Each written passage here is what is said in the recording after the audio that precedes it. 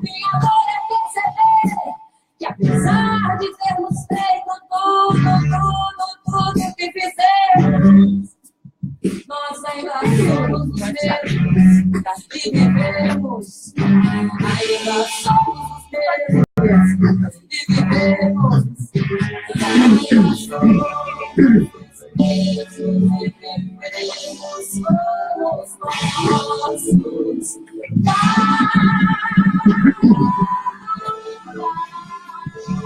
Porque lá em Porto Alegre,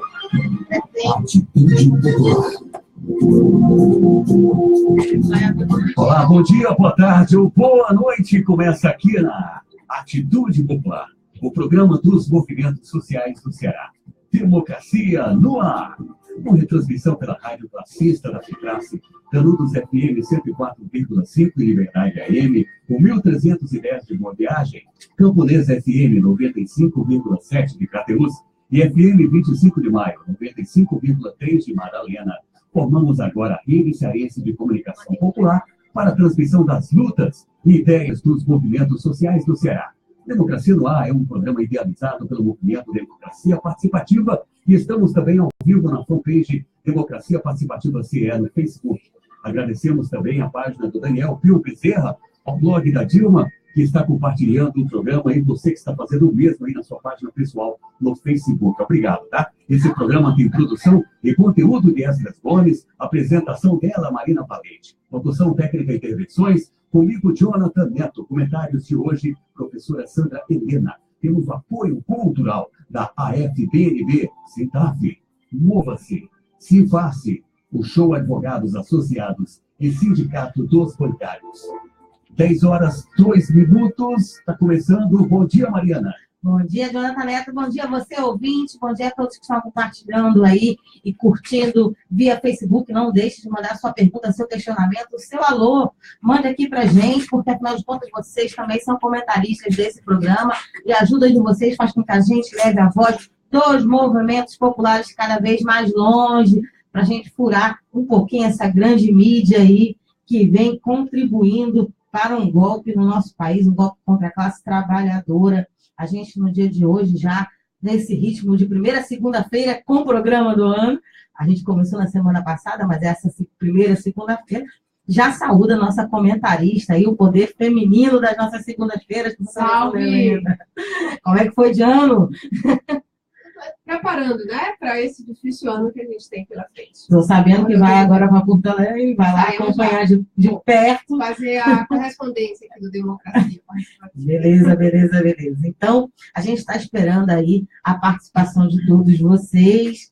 A gente agradece a contribuição, também como nós agradecemos a todos aqueles que estão nos ouvindo via as rádios parceiras aqui, que fazem um trabalho fantástico de apoio ao nosso programa. Queremos agradecer ainda nessa segunda-feira, estreando aí as segundas-feiras do ano, a participação de todos aqueles que contribuem com o funcionamento do nosso programa, nossos contribuidores mensais do programa, que sempre ajudam a gente para que a gente possa manter essa estruturazinha aqui de pé e lutando como deve ser.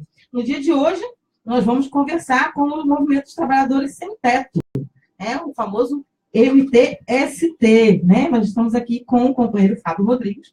Bom dia, Fábio. Bom dia. E também nós estamos com o Vitor Marques, professor de filosofia da Federal da ABC. Nós estamos ficando sem território. Bom dia, ouvintes. É um prazer estar aqui na Democracia Participativa. Vamos, então, ao nosso giro de notícias, Jonathan Neto. 10h04. Vamos lá, segunda-feira, muita notícia. Democracia no ar. Atitude Popular. Giro de notícias.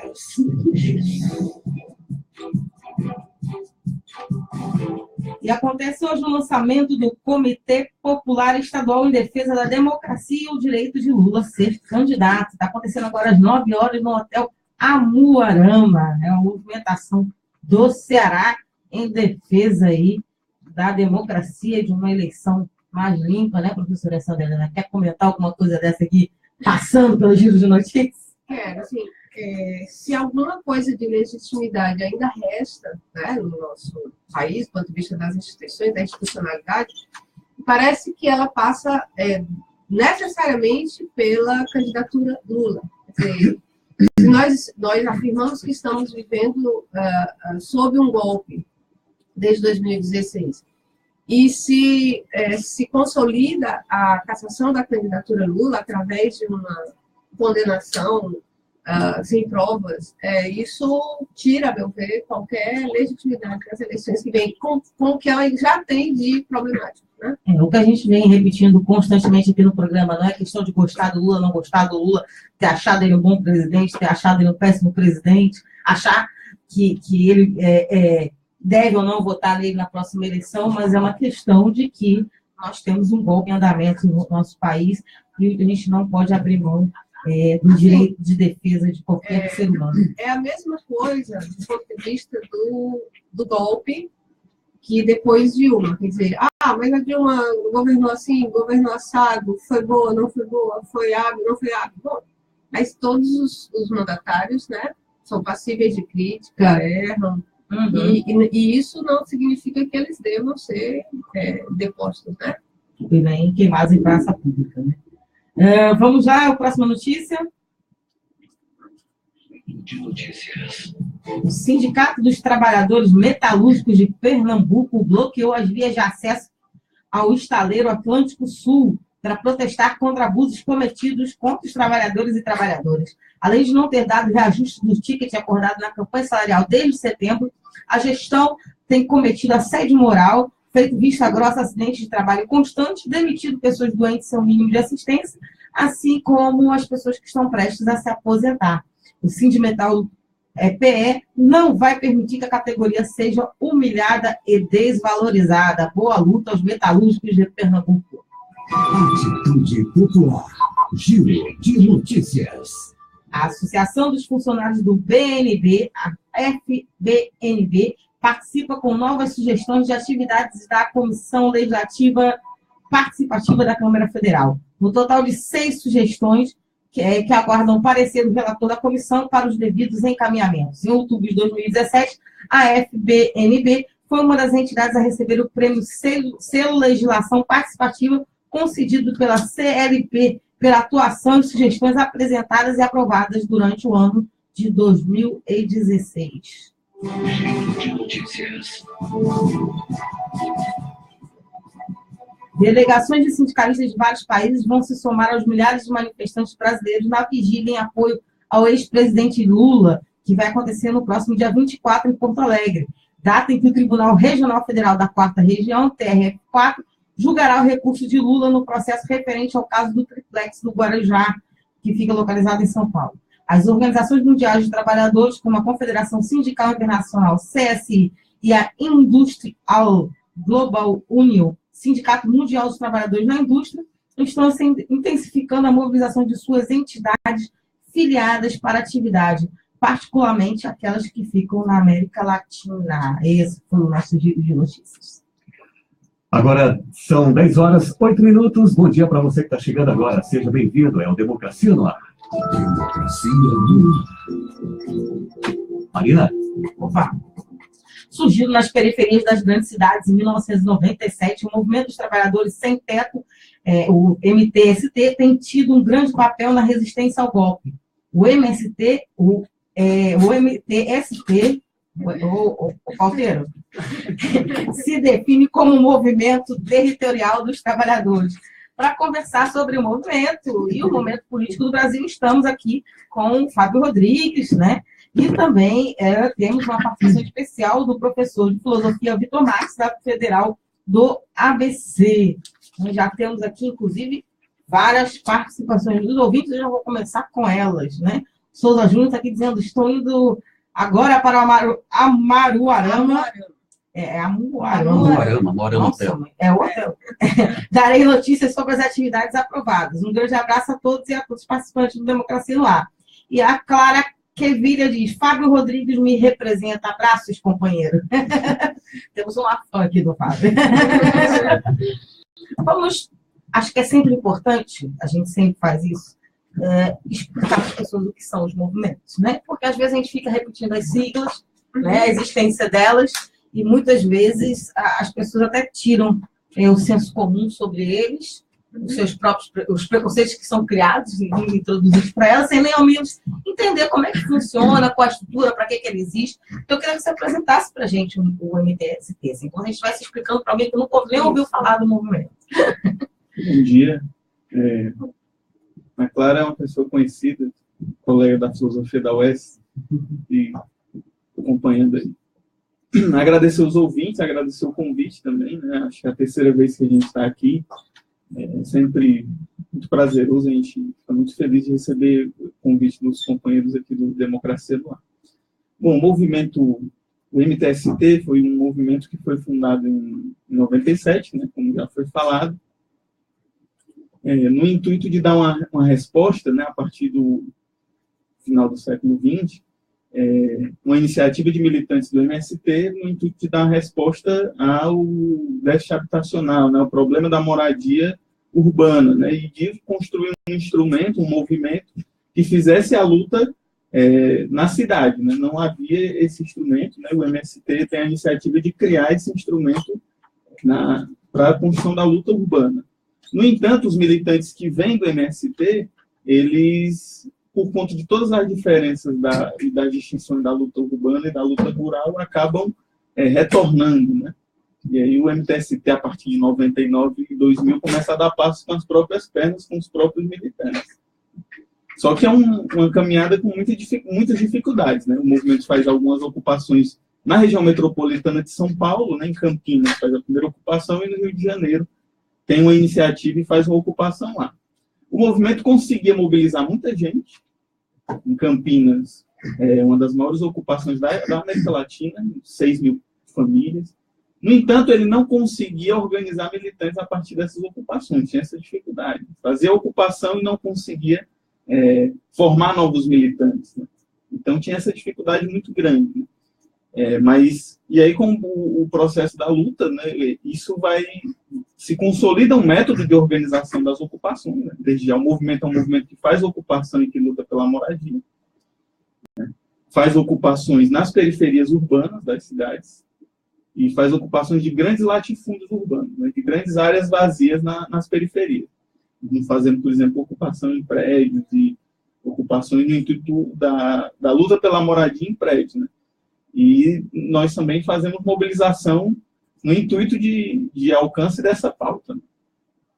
Mas também somos um movimento social que também debate a agenda política do país. Né? Às vezes é muito errado dizer, né, que a nossa luta é pela moradia. Nós somos um movimento de moradia. Na verdade, nós somos um movimento que luta pela moradia, mas nós somos um movimento de trabalhadores. E que luta em defesa dos trabalhadores e dos direitos dos trabalhadores. Né? Somos um movimento que organiza os trabalhadores a partir do território onde eles moram. Né? Se os sindicatos, né, as entidades sindicais organizam os trabalhadores a partir do local de trabalho, né, local de emprego, o MTST organiza os trabalhadores que às vezes não estão no raio de ação do movimento sindical, por ter relações precárias no mundo do trabalho, por ter uma série de mediações, né, e de intempéries, organiza esses trabalhadores a partir do local de moradia, do local onde eles moram. Né? Então, o MTST não é um movimento de moradia, é um movimento que luta pela moradia, mas também que quer construir um novo país, que quer pensar uma nova perspectiva de mundo. Né? Não é um movimento que tem somente aquela pauta, mas é um movimento também que quer fazer esse debate político e quer... Até porque a luta por moradia passa pelas escolhas de administração de um país que pensem nos trabalhadores. Interessante. Eu queria saber também como é que vocês explicassem para as pessoas como é que vocês fazem o movimento de vocês. Quando vocês, por exemplo, fazem uma paralisação de uma via, por que vocês fazem isso? Como é que se dá o processo de ocupação? Por que uma ocupação? Eu queria que vocês explicassem como é que isso aí funciona. E também, você mencionou agora, fazer ocupação e não conseguia formar, né? Então, como é que se deu essa passagem e como é que vocês fazem hoje esse processo de formação?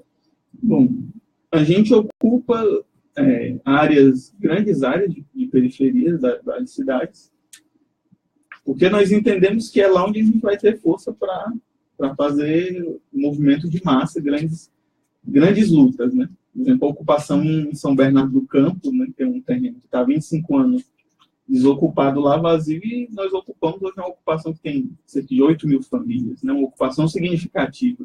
Então, nós ocupamos nessas áreas, nós mapeamos a área, né, e fazemos relação com as lideranças comunitárias, com articulações que já tem nos bairros, para a gente entrar, né? E aí a gente vai fazendo o processo que a gente chama de trabalho de base, né? Fazendo pequenas reuniões em comunidades para ir fortalecendo e para, quando a gente ocupar, a gente ter força para fazer essas ocupações. Claro que a entrada é só um momento, né? O processo de massificação da ocupação, ele é muito intenso, né? Em 3, 4 dias você tem 1.000 famílias, 2.000 famílias ocupando, porque a necessidade da moradia é muito grande. Mas não só a questão da moradia, né? A gente fez uma ocupação na região do Grande Bom Jardim, que uma das necessidades também era a questão da fome. Tinha gente que não tinha mais condição, não tinha mais o que comer em casa e ia para a ocupação para ter alguma garantia. Às vezes também não é só a moradia, né? Isso vai aumentar. Com a crise, as ocupações elas tendem a ter graus mais massificados, né? Nós vamos ter lutas mais massificadas. No entanto, lutas com maior dificuldade agora, inclusive, da gente arrancar a pauta, né? A gente vai ter, inclusive, que ter mais gente para arrancar a pauta. E sobre a questão as escolhas de como vocês fazem. Por exemplo, nós fizemos escolhas aqui na cidade de Fortaleza no intuito de serem grandes periferias. Nós ocupamos a região de Messejana em 2014, que era uma região, né, todos sabem, uma grande periferia da cidade, né? E nós ocupamos em Maracanaú, porque nós entendemos que é uma cidade que tem uma desigualdade social muito grande e que é uma cidade que tem uma potencialidade de luta. E nós ocupamos na região do Grande Bom Jardim, que é outra grande periferia da cidade.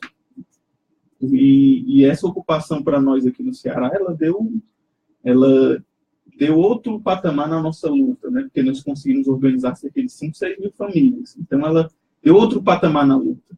Hoje, o movimento consegue fazer grandes mobilizações aqui no estado do Ceará e conseguiu arrancar uma pauta que nem em São Paulo a gente conseguiu. Quantidade de moradia. Nós temos casas a serem entregues para as famílias, uma quantidade maior do que em São Paulo, inclusive, que é onde o movimento tem muito mais força, né? Então, a nossa luta aqui foi uma luta que teve vitórias, né? Sobre a questão de como a gente conseguiu, no início nós não conseguimos formar novos militantes, né? Militantes que vinham da luta, né? Dessa luta pela moradia, conseguiam se tornar militantes, foi a construção de um método de ocupação que proporciona e fortalece os espaços coletivos. As cozinhas são coletivas, não tem cozinha individual. Cada determinado grupo de pessoas tem uma coordenação. E quem coordena a ocupação, de forma geral, a coordenação diária da ocupação são as pessoas que estão ocupando. Então, esse processo de fortalecimento dos espaços coletivos, né, de construção coletiva, ele proporcionou isso, que foi algo que não, e que foi algo que a gente não tinha conseguido quando o movimento é fundado, mas apanhando, né, o movimento foi conseguindo. Ele está espalhado. Só um minutinho, professora Sandra Mello. Dizer que a Angélica Rodrigues diz: a luta é para valer. A Aline Souza diz: MTST representa a luta popular, a luta é para valer. E o Igor Mateus está dizendo também: a luta é para valer.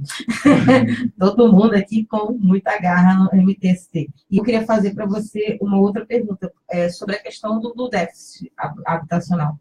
A gente tem uma quantidade enorme de imóveis em Fortaleza, né, e acredito que no resto do Brasil, em maior ou menor proporção, mas deve acontecer, é uma coisa constante. Então, na verdade, vocês ocupam espaços que não estão sendo ocupados, né? Queria saber como é que está a realidade disso, né, do espaço urbano ainda, na questão de uma quantidade enorme de especulação imobiliária, com espaços vazios, e o não acesso às pessoas a esses espaços. Como é que vocês acompanham isso? Se vocês têm uma noção da proporção de quando se encontra? E eu queria só acrescentar, minha pergunta era a respeito da dimensão nacional do MTST. Quer dizer, Fortaleza, São Paulo, eu gostaria que você falasse onde ele também hoje tem mais força. Bom, em relação à questão do movimento nos estados, né? Hoje a gente está em 14 estados do país.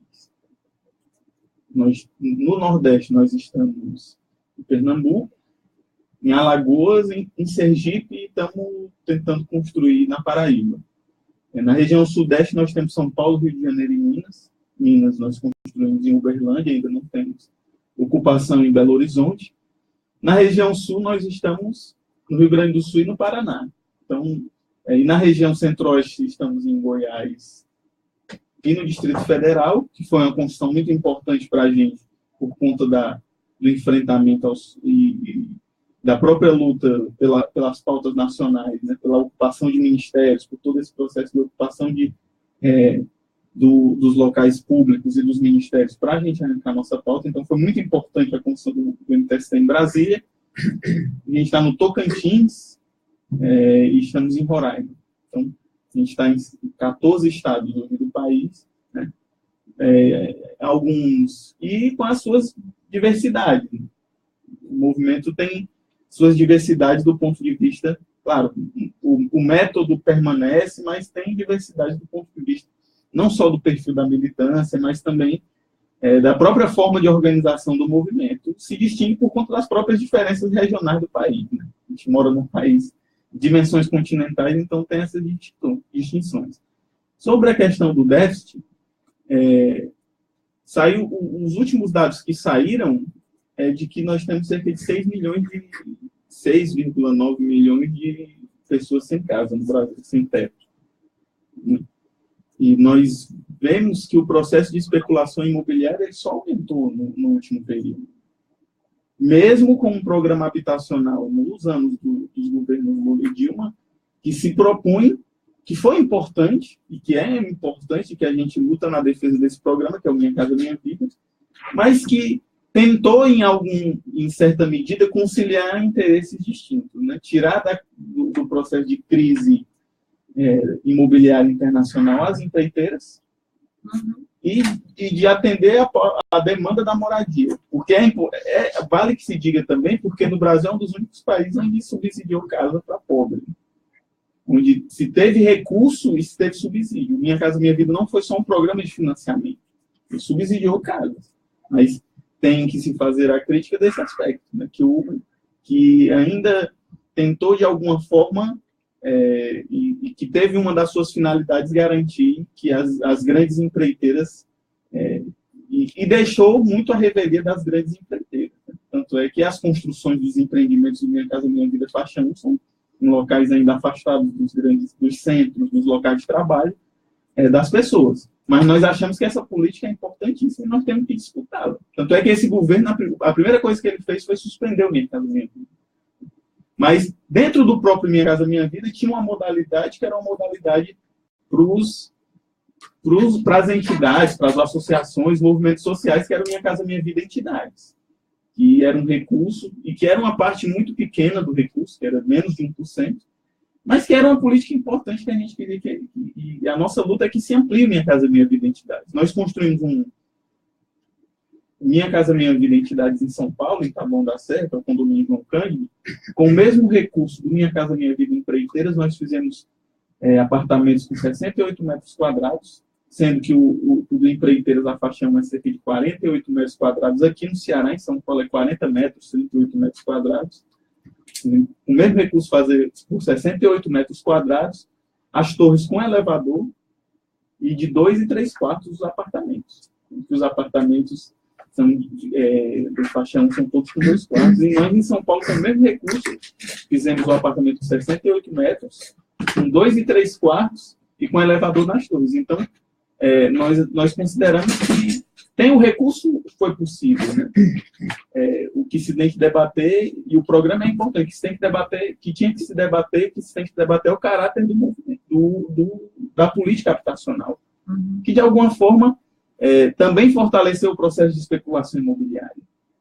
Você coloca dentro de comunidades que não tinham muito acesso a bens o Estado não atuava ali de forma na garantia de educação, de saúde, atuava muito pouco. Você coloca cerca de 20 mil famílias em um bairro que não atende essa demanda. Então, você tem que construir toda uma malha de serviços públicos para atender. Ou então, e constrói um processo também de especulação, porque as áreas daquelas regiões também vão encarecer. O custo de vida naquelas regiões tende a encarecer, né? E podendo afastar aqueles trabalhadores que moravam naquelas comunidades, jogando eles para mais longe ainda, para periferias mais afastadas. Então, é uma política importante, mas a gente faz essas ressalvas, coloca que, de alguma forma, ainda fomentou o processo de especulação imobiliária, né? E aí, se a gente for colocar também na conta da especulação imobiliária, os grandes eventos esportivos que aconteceram no Brasil nesse último período também entram na conta, né? A Copa do Mundo, as Olimpíadas no Rio de Janeiro, né? Mas aqui em especial o processo da Copa, né? Com as remoções das comunidades do trigo e o próprio processo de encarecimento do custo de vida nas periferias da cidade. Ok, a gente está com o comentário da Karine Garcês, dizendo força e todo apoio ao MTST, parabéns à equipe do Democracia no ar pelo belo trabalho, e ela manda hashtag fora Temer, hashtag fora golpistas sempre. Eu já vou pedir para você dar uma opinião aqui sobre o MST, mas agora, e também quero saber sobre a comemoração aí dos 20 anos de vocês fizeram, inclusive, um belíssimo show em São Paulo. Mas depois do nosso break é com vocês, Marcelo. Seja bem-vindo! Democracia no ar! Bem-vindo ou bem-vinda, né? Você está no programa, ouvindo, conferindo, vendo, enfim, fica à vontade. Esse é o programa Democracia no Ar, que é o espaço dos movimentos sociais do Ceará. Temos o apoio cultural da AFBNB, Mova-se, Sintaf, Sinfarce, Puxou Advogados Associados e ainda Sindicato dos Bancários. Estamos ao vivo nas emissoras Atitude Popular, Rádio Classista, Liberdade AM de Boa Viagem, Camponês FM de Crateús e 25 de Maio FM de Madalena. Logo mais, a Canudos FM, também em Boa Viagem, vai reprisar esse programa para você na íntegra, aí no decorrer da sua programação local em Boa Viagem, a Canudos FM. Okay? Estamos ao vivo também na página Democracia Participativa CE, no Facebook, na página do Daniel Pio Bezerra, o blog da Dilma e outras páginas pessoais que estão compartilhando o programa neste exato momento, que é o Democracia no Ar. Esse programa é uma realização do movimento Democracia Participativa. Agora são 10 horas 29 minutos da sua segunda-feira. Voltamos com a segunda parte do programa já. São 5 segundos. Volta aí. Atitude Popular. Sua rádio com atitude. Marina? Opa! Então, professor Vitor, a importância do MST para você, dessas movimentações de trabalhadores e a forma delas como se organizam na sociedade, o que você pensa um pouco sobre a importância dele, inclusive, nesse momento político do país? Eu acho que a primeira coisa que valeria a pena destacar é que o crescimento explosivo nos últimos 4, 3 anos do MTST, da sua presença nos grandes centros urbanos, mas também na sua capacidade de mobilização dos trabalhadores pobres. Você vê todas as grandes manifestações contra o impeachment ou contra as contra-reformas do governo Temer, né? Você tinha uma imensa participação popular que era capitaneada sobretudo pelo MTST. É uma coisa que vale a pena a gente reconhecer, né? Então, é um movimento que tem organizado as periferias brasileiras, talvez mais que qualquer outro. E acho que esse crescimento, essa capacidade de realmente penetrar nas periferias, tem um pouco a ver, ou tem muito a ver, com as mudanças no capitalismo brasileiro e as alterações na composição da classe trabalhadora.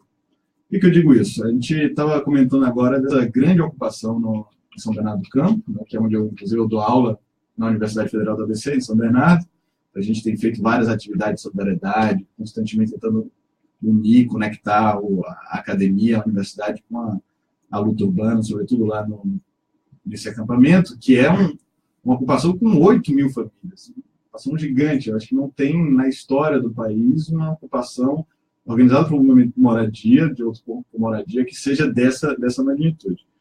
E quando você vai pensar nessa mesma região, São Bernardo do Campo, ABC Paulista, 40 anos atrás, a gente está falando justamente do momento da emergência do novo sindicalismo, né, do sindicalismo combativo, que nesse momento a grande figura era o nosso companheiro, o presidente Lula. Né?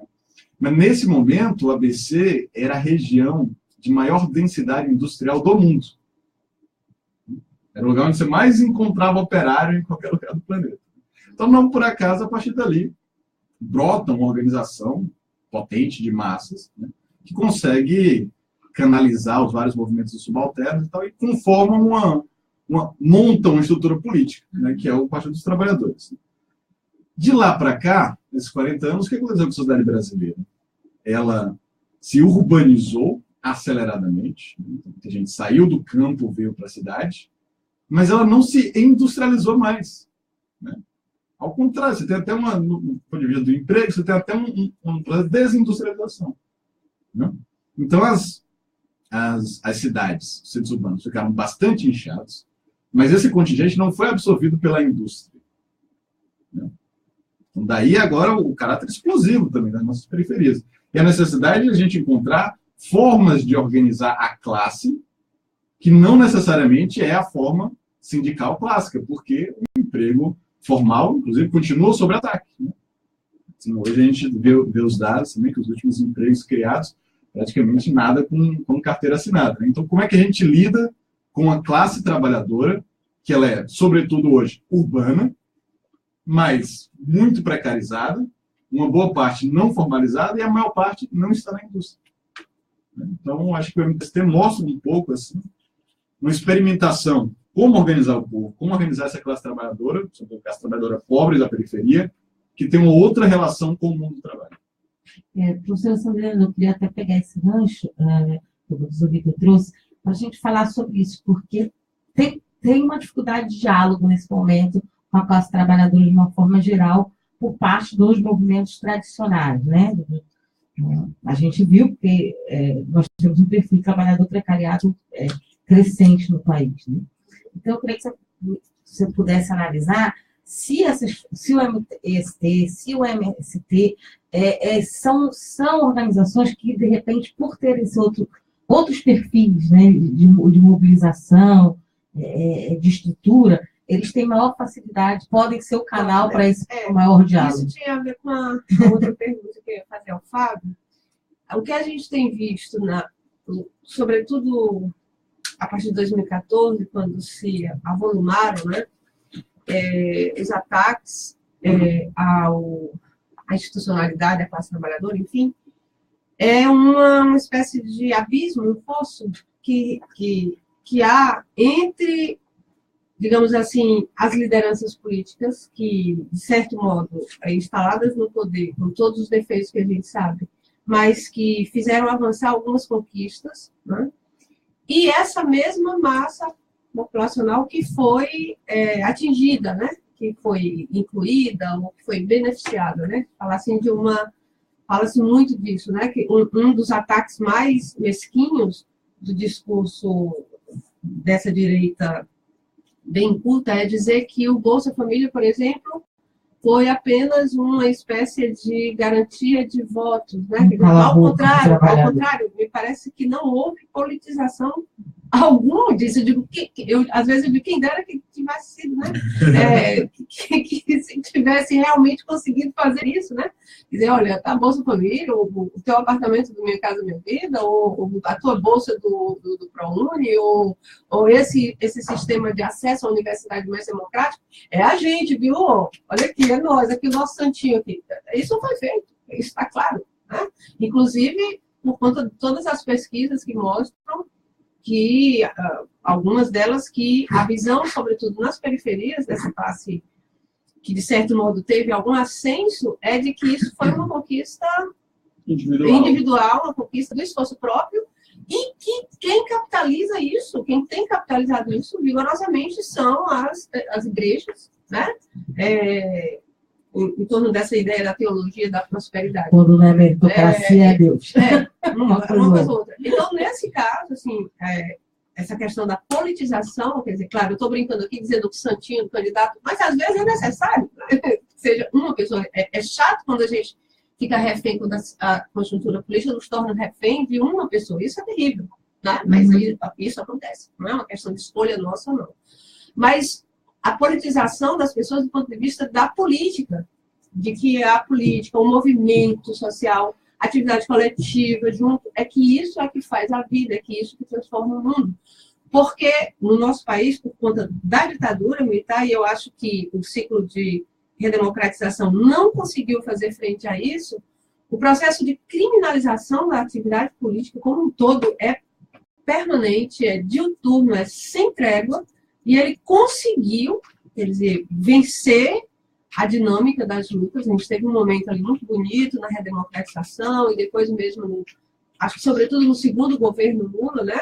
Mas nós não conseguimos fazer com que as pessoas, de uma maneira geral, entendam que a vida é resultado de luta coletiva e de esforço coletivo, sobretudo para a classe trabalhadora. Você concorda comigo? Isso é uma grande dificuldade, me parece. Que as pessoas entenderem que, sobretudo, os desvalidos, a classe trabalhadora, o precariado, ou seja, aqueles que nasceram para lutar, que suas conquistas, elas não advêm apenas de esforço, de sorte, de determinação, de milagre, de bênçãos e de rezas, mas de um esforço comum. Né? Essa é a grande lição que a luta social, a luta popular dá para as pessoas, né? E há que se debater que, inclusive, de se pensar outra governabilidade. Né? Uhum. Se havia uma outra possibilidade de construir um espaço distinto daquele que foi, de governabilidade baseado na mobilização popular, baseado na mobilização de massas, né? E o que a gente viu, por exemplo, na Venezuela e na Bolívia, que mesmo com todos os limites que esses governos possam ter tido, mas as pessoas reconhecem que aquelas conquistas, os trabalhadores venezuelanos compreendem que aquelas conquistas e aqueles avanços se deram pela mobilização e pelos avanços que aquele governo possibilitou. Houve uma politização da sociedade.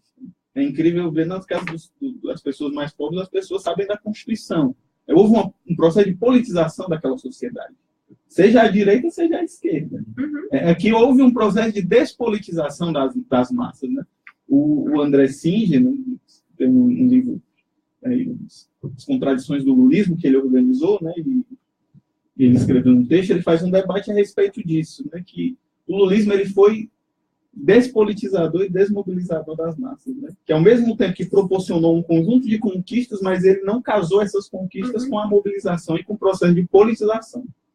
Então você teve um golpe dado a um governo que constituiu um conjunto de avanços importantes, mas que os trabalhadores, na sua grande maioria, estavam olhando como sujeitos passivos, né, aquilo tudo, né? Achavam que era uma briga de políticos, era somente uma briga de interesses de políticos.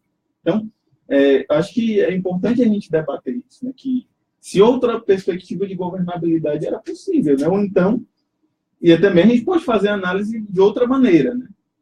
Em que cenário o Lula ganhou a eleição em 2002?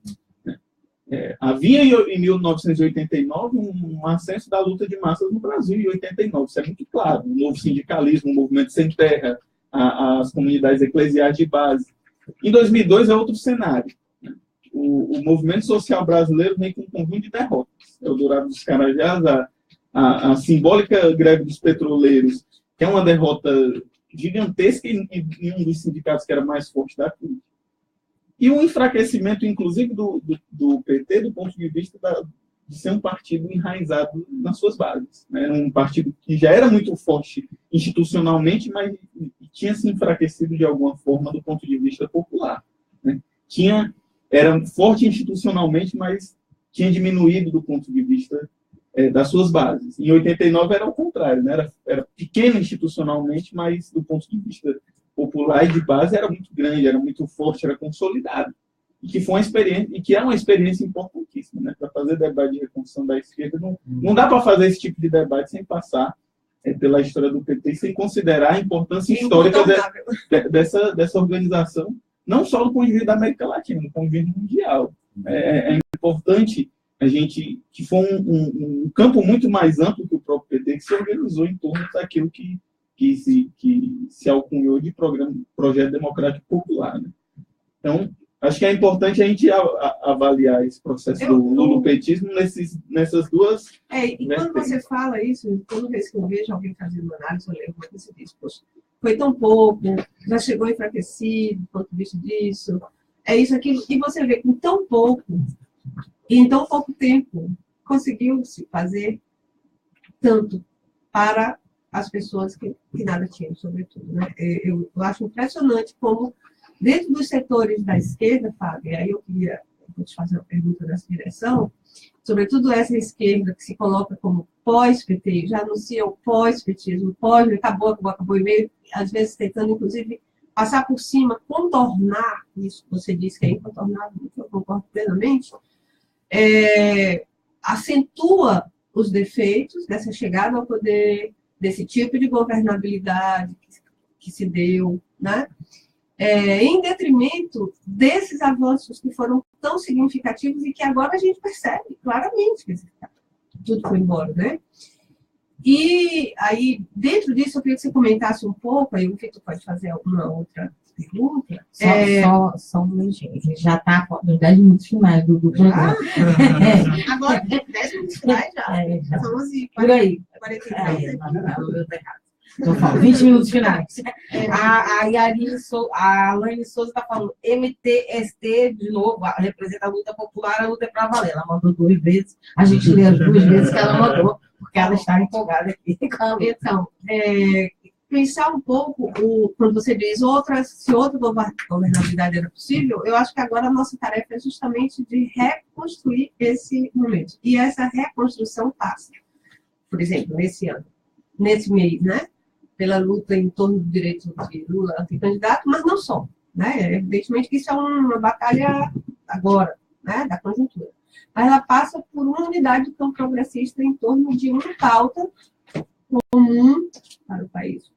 E me parece que aí temos um probleminha, né? Um problema difícil que nos atravessa enquanto esquerda, não só brasileira, eu acho que isso que é essa reunificação em torno de uma visão de Brasil comum, do legado desse ciclo, com todos os efeitos que ele tem. Eu acho que o MTST, bem como o MST, jogam um papel importantíssimo aí, né? Até central. Inclusive, a gente troca quando a gente está falando de um e de outro, e não sei se isso foi casual ou não, foi justamente para gerar... Na verdade, é porque a diferença é só um pezinho na letra. E aí, às vezes, eu estou falando do MST, eu estou falando do MTST, que, na verdade, eu, inclusive, antes de me aproximar mais, eu sempre julguei, e eu acho que muita gente pensa assim, Fábio, não, eu sempre julguei que era um braço. Que eram uma mesma força dividida em 2 campos, o campo rural e o campo... Mas como o Fábio falou, começou assim, Começou assim, pois é, eu não sabia. E eu ficava assim, agora vai, né? Acabou. Entendeu? Estava ocupando tudo. E aí, de repente, você começa a ver que não é assim. Que, ao contrário, às vezes existe uma divergência que, a meu ver, é um pouco inconcebível, né? Sobretudo nesse momento que a gente vive agora, né, Fábio? Assim, que ele exige de nós que a gente se ampare, se unifique mesmo, olhe, mire na mesma direção e trace as nossas estratégias aí. Eu queria ouvir você falar um pouco disso. E aí, se o Vitor quiser colocar mais uma questão. Agora?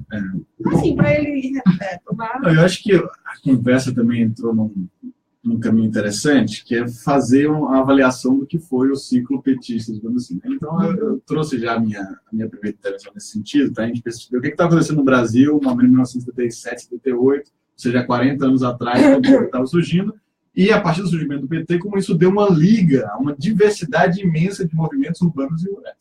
Né?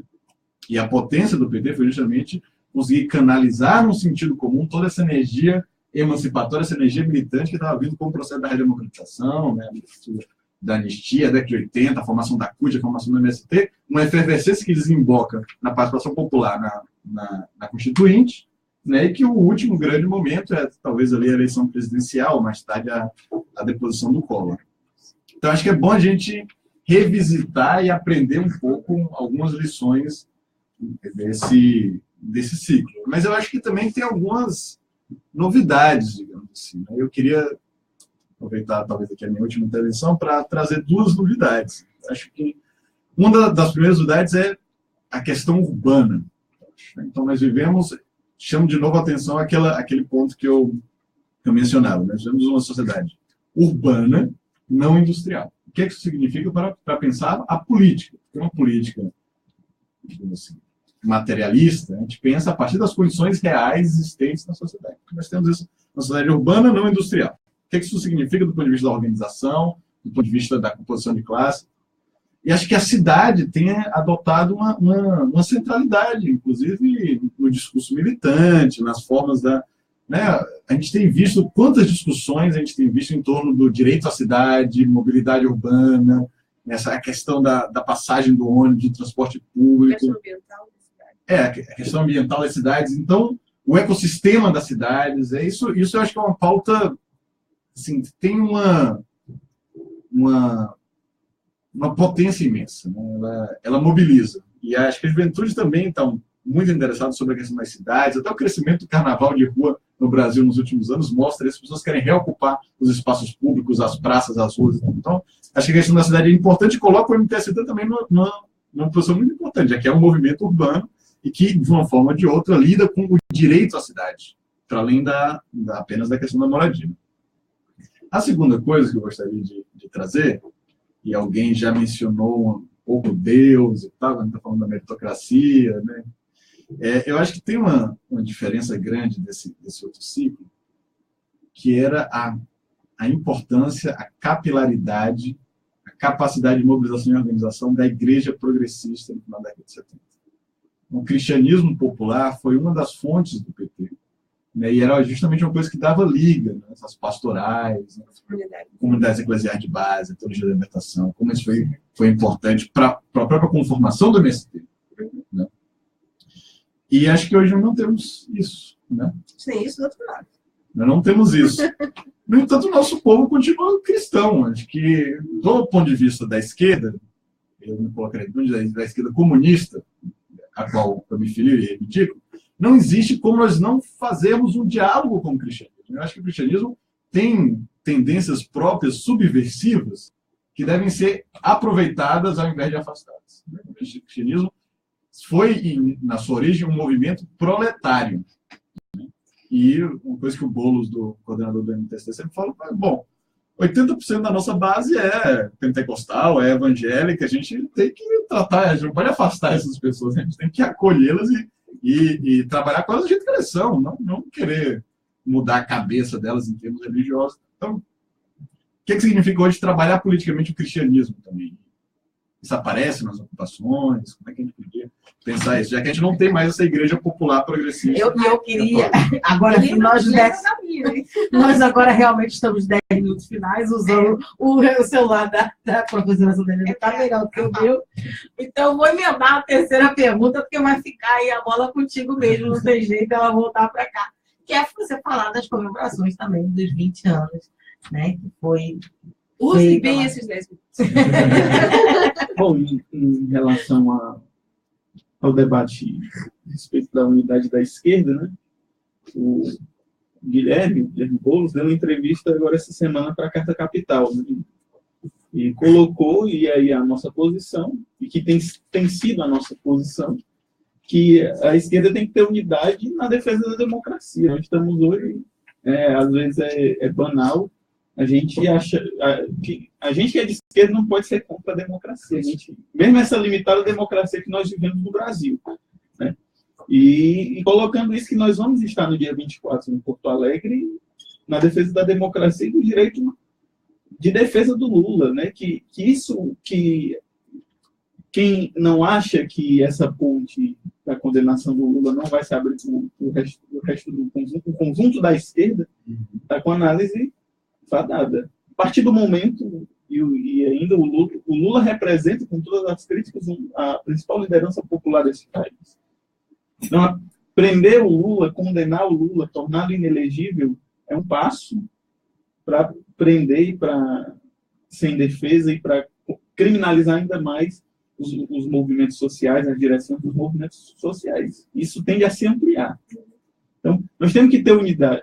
Não é ruim nós termos diferença. Eu acho que é ótimo ter uma disputa e façamos os nossos balanços. Mas nós temos que saber o momento que é a hora da gente estar junto.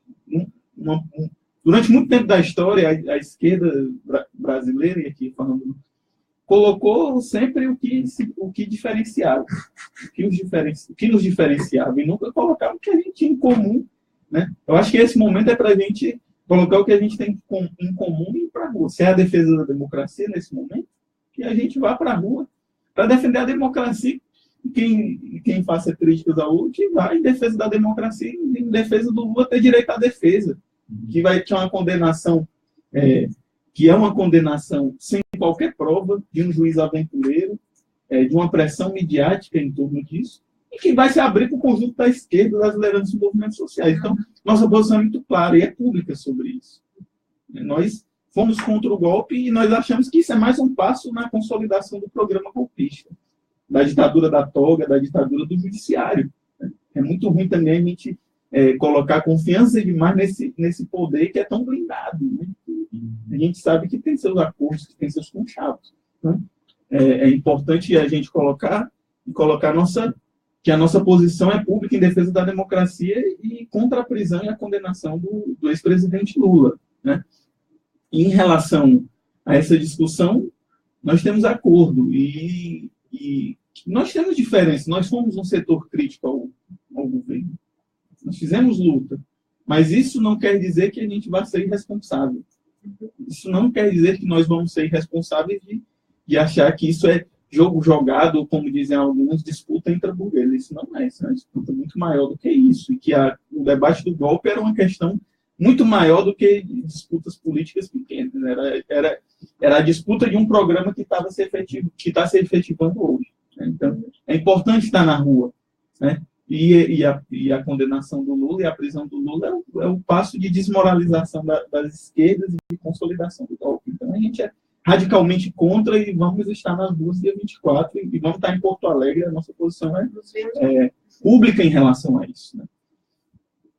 Em relação ao debate e o debate de reorganização nós fazemos, né? Nós fizemos um ciclo de debates que plataforma Vamos, e agora nós estamos no acúmulo das propostas, né, que foi um debate muito importante.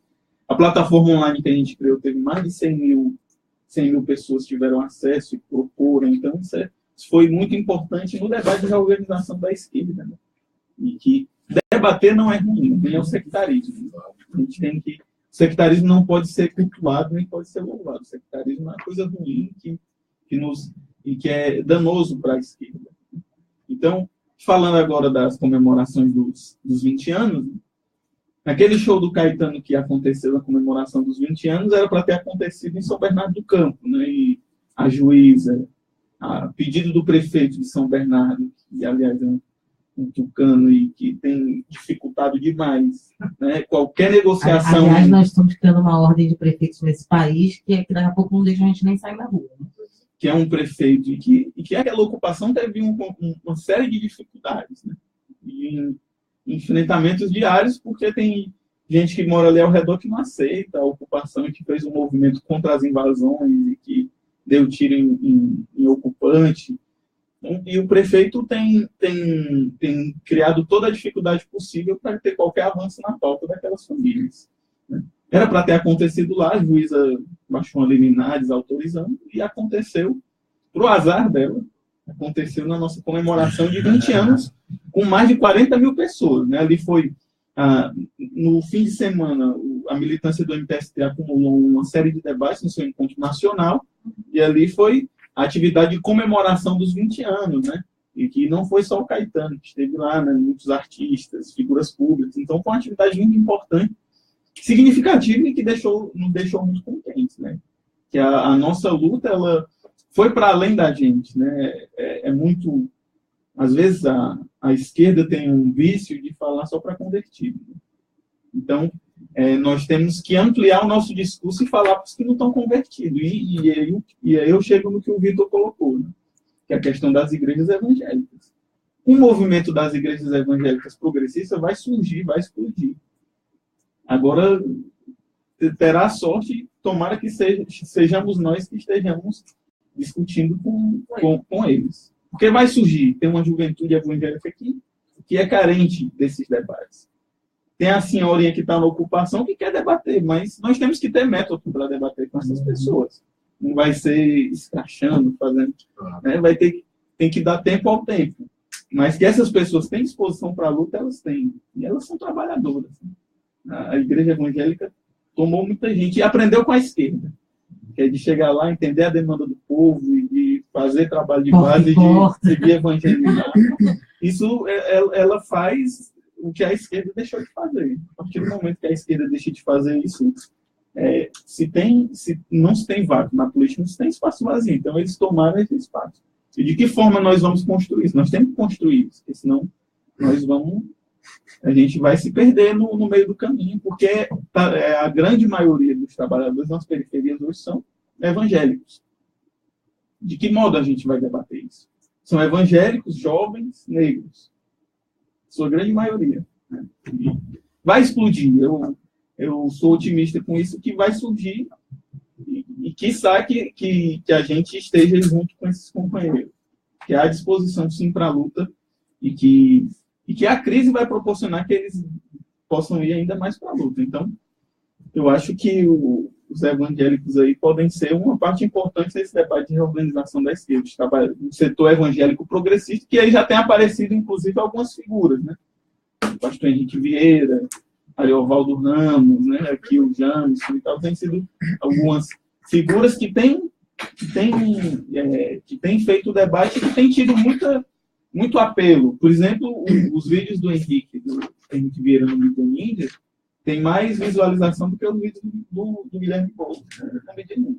Então, há uma carência de um setor da juventude evangélica para esse debate. Ele debate a conjuntura de uma outra forma, a partir da fé. Também nós não podemos querer que as pessoas neguem a sua fé. As pessoas têm que afirmar a sua fé na política. E o catolicismo, né, eles têm continuamente também, esse pessoal que vem dessa tradição progressista, organizado encontros aqui, que chamam de fé e política. Eles fizeram um agora, no final do ano. Queridos, a gente, infelizmente, já está... É sempre assim, no sino final, né, Jonathan? A gente vai fazer greve daqui a pouco para ter mais uma hora de programa para ver se você dá conta da quantidade de assunto que a gente gosta de discutir aqui. Muita luta pelo MTST, vocês consigam nesse ano. A luta é para valer, já entendi, que vocês consigam nesse ano ajudar nosso povo a caminhar para frente, que vocês também consigam abrir um pouco a mente de muita gente do nosso povo que não entende os movimentos, que não entende a importância deles, e que eles pertencem a nós e não àqueles que nos exploram, para a gente parar com esses discursos que às vezes se reproduzem por aí. Muito obrigada pela participação. Professor Vitor também, muito obrigada por ter vindo aí de tão longe nos acompanhar hoje. Muito obrigado, é um prazer estar aqui. E eleição sem Lula é fraude. Obrigada mais uma vez, professora Sandra Helena, até a próxima segunda-feira.